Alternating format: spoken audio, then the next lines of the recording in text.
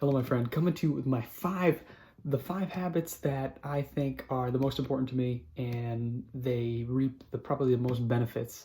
And I think that if you adopt these and you start doing these practices and just fit your lifestyle, I think they're going to really help you in a lot of different ways. Number one is meditation. Lots of different practices out there, lots of different types, different styles. If you're a beginner at this, do what I've done in the past. Just go on YouTube and take a 5 or 10 minute meditation. Just do that once a day, either in the morning or at night, particularly at the beginning or the end of the day. It just seems to work better that way. There's many benefits, plenty of videos on there. I think meditation could get a video of its own. Meditation does such a great job of keeping you aware of your thoughts, your habits, and your patterns. And what you will begin to learn is the more you're just aware of little things throughout the course of your day, the more you're aware of your thoughts, because thoughts are things. And when you begin to alter the thoughts that you choose and alter the emotions and the habits that you choose, you begin to change as a person.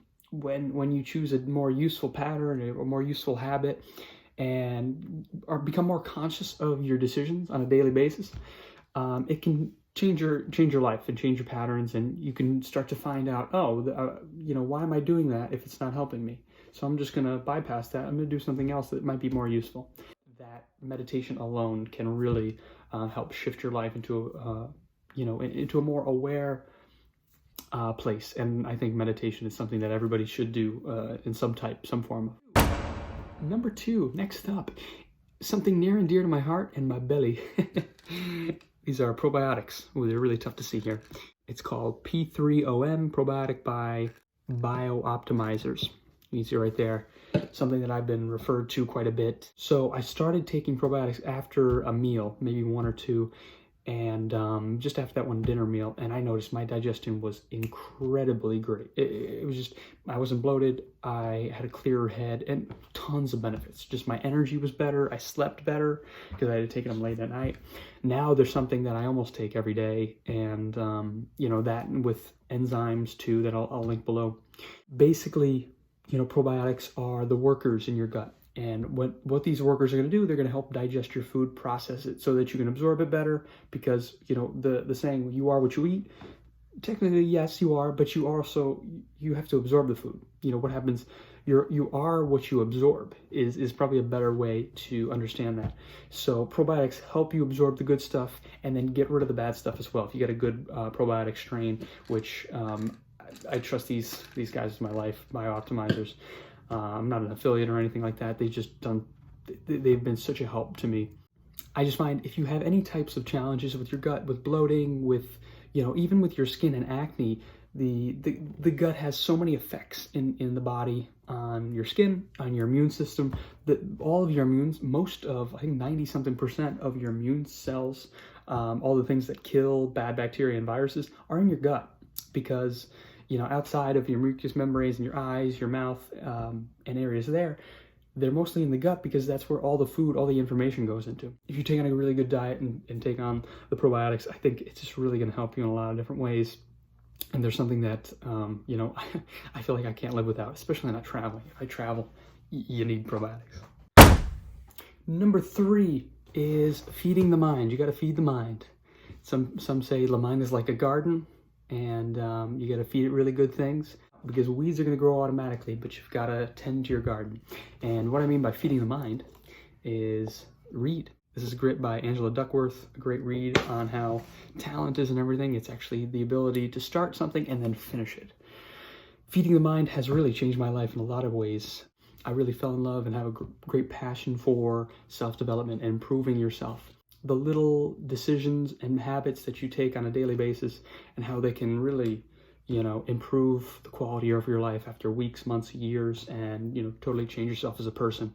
One of the things that I find has been really helpful to me is to watch YouTube videos and podcasts where I can learn from people in interviews and different things there, who, learning from people the best, either on YouTube and Google, and can compress all that time into a matter of minutes, into a matter of a few chapters in a book, which I find really quite wonderful and undervalued in a lot of ways. A lot of what I've learned and my daily practices and these videos. And, you know, some of it was from college, but a lot of it nowadays is, for me at least, is from books and from great quality content on YouTube and other areas there.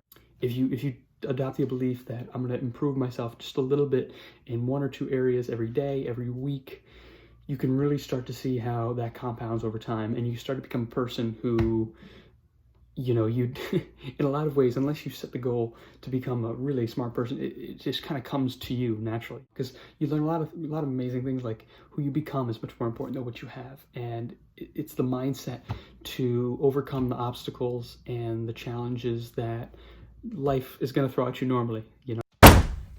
Number 4, something near and dear to my heart, is to adopt a exercise habit. For me, weight training has been a game changer. Back in high school and college, I played a little baseball, played lots of sports, but for me, my life started to change once I started to weight train. And for many people, it could be yoga, it could be walking, it could be running, it could be any areas that you want. In my experience with weight training, I've been able to overcome a lot of obstacles that are either up here or self-limiting beliefs, because I'd be able to push myself really hard with the weights, within reason, obviously. But what I found is that when you strengthen the muscles, when you strengthen the body, your mind comes along with it, comes along for the ride.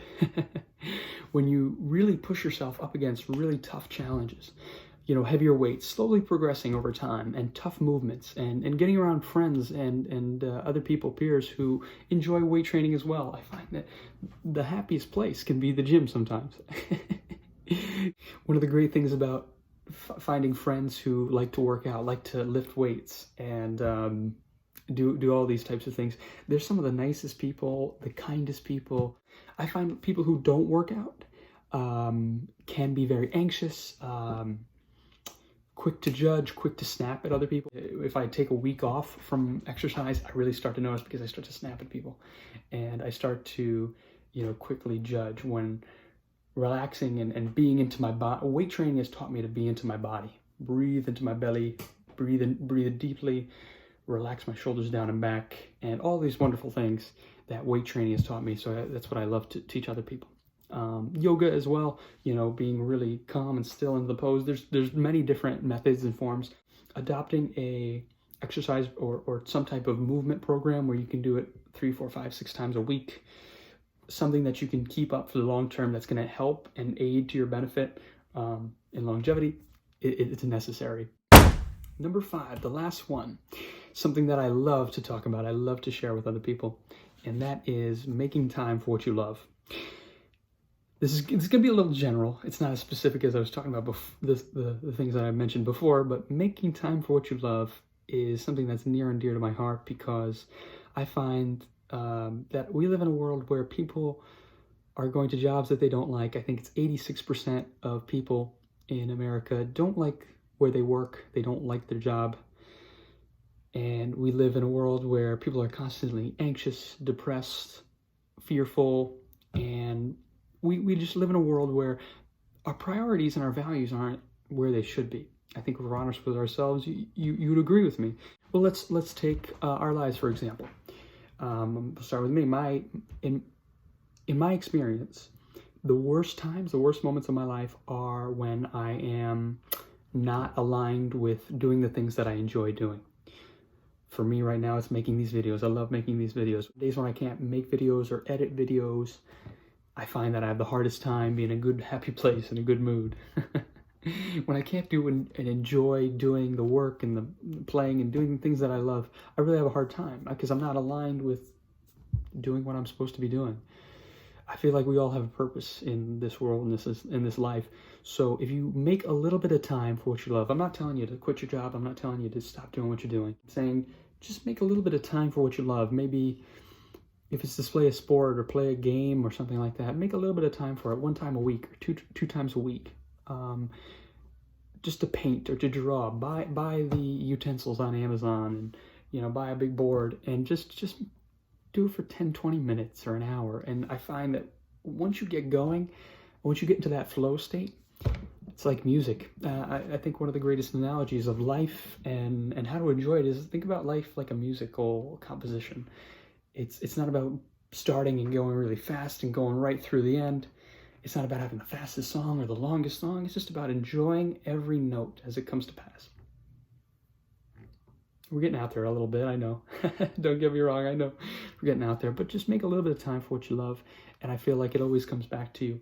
And when you give and grow so that others can grow in return, I find that that's one of the ultimate life hacks. If you just make a little bit of time for what you love, it always comes back to you in many beautiful different ways. I thank you for your time. Thank you for your attention. And I hope you enjoyed this. I look forward to seeing you very soon. Bye-bye now.